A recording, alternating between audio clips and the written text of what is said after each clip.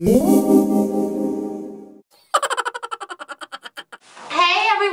how you doing? How your sister, mother, brother, cousin doing? How they all doing? They doing good? Everybody good? Because I know it's been a while since I came in and made a video for you guys.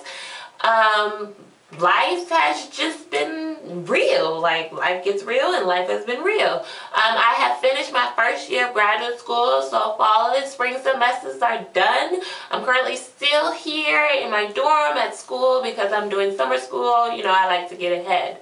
So I wanted to come to you guys today and share some things that I have learned since being here at this prestigious graduate institution of knowledge.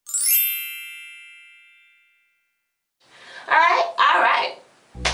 So the first idea is something I've been struggling with since I got here to grad school, which is the struggle between assimilation and authenticity. My professor actually introduced this to me, and it's just the struggle of trying to maintain oneself and one's background based on their upbringing and traditions and culture, and trying to assimilate into this new professionalism, academic and formalized environment. So you have your true self and then this new self, and it's like they're struggling against one another. It's an ongoing struggle of trying to blend my true self and this new professional persona, this new professional environment together.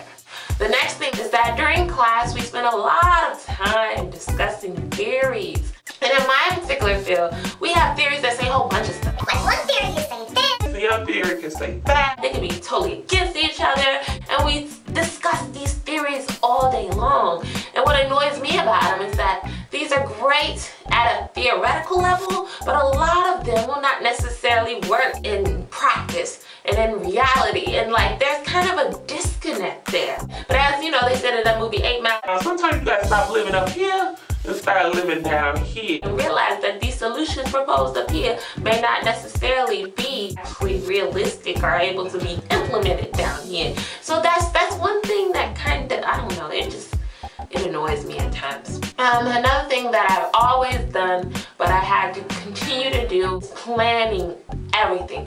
Everything must be planned, everything must be organized. Now I'm old-fashioned, I have a planner. I have to write everything down, from my homework, academic stuff, my research, my internship stuff, and even my social activities. Everything must be written down. Now you new age people, you young folk, because I swear I have an old soul, so you young folk who are on your devices and planning everything, whatever floats your boat, you got to plan everything, okay? Don't say to yourself, oh yeah, I remember that, because in the midst of all your reading and everything else you gotta do, you ain't gonna remember that, so write it down. Next thing, talk to your professors. This is so important. I mean, it seems like duh, but it's so important. And there's a way to go about it. Like, you do not want to be that person in class who's like, Professor, when I was in Botswana, then I went to Sydney, Australia, and I was in Tanzania, and then I was in South America.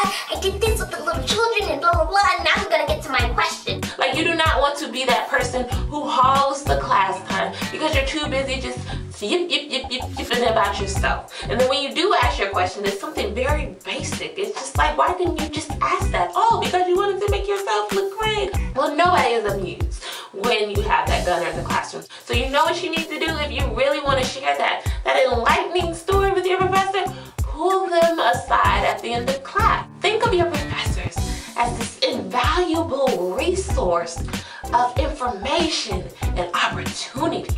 So please talk to them. You just don't have to do it in class, taking up everyone's class time. Don't waste everyone's money, okay? Next, treat people like you never know who these people really are. I remember I was having a conversation with somebody who goes to my school, and then they were just like, oh yeah, my mom's the dean of some other institution that's really great and prestigious. And then I had a conversation with somebody else, and they're just like, oh yeah, my father is the head or the chairman of something, blah, blah, blah. And then everybody is somebody, you know, which in real life everybody is, but especially when you're at a higher level of academia, just act like everybody knows somebody. You always have to maintain a level of professionalism when you're talking to people, because you never know who people are or who they know. Which brings me to my next topic. So when growing up, they told us that we wouldn't be using business cards anymore. Everybody would be sharing information electronically. Business cards would become obsolete and we would save the environment. But it has been my experience that people have business cards and they do give them out. And I give out my business card and people are actually impressed, like, oh, you have a business card, look at this little professional black woman. Yes, I tried. Just go network, give out your business card, give out your information, and keep things flowing. Which brings me to my next point. You have to put yourself out there. Me personally, I really hate small talk. I just don't like talking about the weather and sports and just simple things that are within that realm of the safety net that you can talk about to try to get to know one another.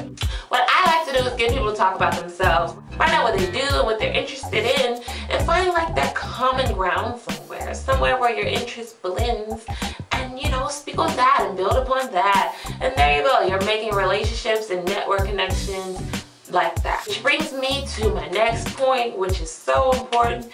Go to conferences, go to forums, go to panels, go to any type of presentation, even things that you're not necessarily interested in, because it's another opportunity to network.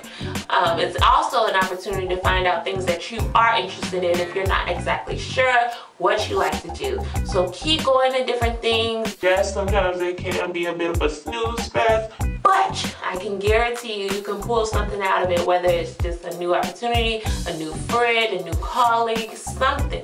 Try to gain something out of these type of events. So I've already kind of talked about getting involved and going to like different events, but also getting involved in research, getting internship opportunities, shadowing opportunities to actually learn if this is something that you want to do. I mean, in undergrad you learned basic foundational principles of whatever it is you're studying, but at this level, at the graduate and professional level, you need to actually be gaining the experience of doing what people do in your profession and see if you really like it, because if you don't like it, hello, red flag, you need not go any further.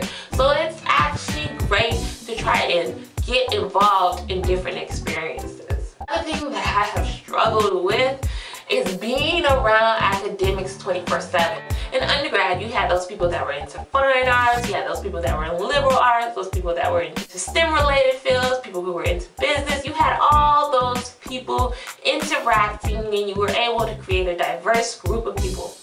Not the same in graduate school. In graduate or professional school, you're surrounded by pretty much the same people 24/7. And everybody is extremely focused. Like at the lower level of undergrad, you see those people who are slackers, you see those people that are like, you know, I'm just here to see what life is about. You see those people that are truly driven. At the graduate professional level, you see nothing but like people who are extremely driven, get where they want to go, and everybody's serious about their work. And then if you're in medical school, all you see are people who are trying to be medical professionals. If you're in law school, all you see are people that are trying to be legal professionals. If you're in engineering school, all you see is engineers, and whatever program, you know, whatever your concentration is, that is what you're going to be surrounded by, like constantly, from whether you're in class, whether you're outside of class. That is all you're going to see. So you really have to take some time and make contacts who are outside of your particular field of study, because Lord, like, it can just be annoying to kind of be around that same element all the time. That's why it's great to have just a network of people who have different interests, both professionally and personally, okay? The next one is something that I struggle with also, is making time to take care of home. And I mean that in two ways. Make time to actually take care of your home. Like, I can't tell you how many times my laundry has been piled up to like ridiculous levels because I just have too much to do. So make time to take care of like home chores and activities like that, but also do some things that are relaxing for you. Like me personally, I have to exercise. If I do not exercise, I don't know how people get through life without exercising regularly, because I need that way to de-stress and get my endorphins going, because it relaxes me. What also relaxes me is watching Netflix. I don't watch a whole bunch of TV, but I do watch Netflix when I actually have the time to. Like, the last point I want to put out there is that if you're a minority, you need to be ready to be misunderstood, and to also misunderstand a lot of things that other people in your class will be talking about. These institutions try to put together these diverse classrooms full of people from all over, different backgrounds and different traditions. What I try to do and keep in mind is these are the future professionals of whatever field or industry that you are going into. And you always have an opportunity to like kind of present to these individuals whatever you're talking about through a different lens and a different perspective, thereby shaping their perspective. So pick and choose those times when you want to help shape and mold the minds of others. So those are the things that I've learned. Please let me know in the comments below if I missed anything or if I should add anything, or you know, anything that you want me to talk about in the future. All right, thanks so much for watching. Bye.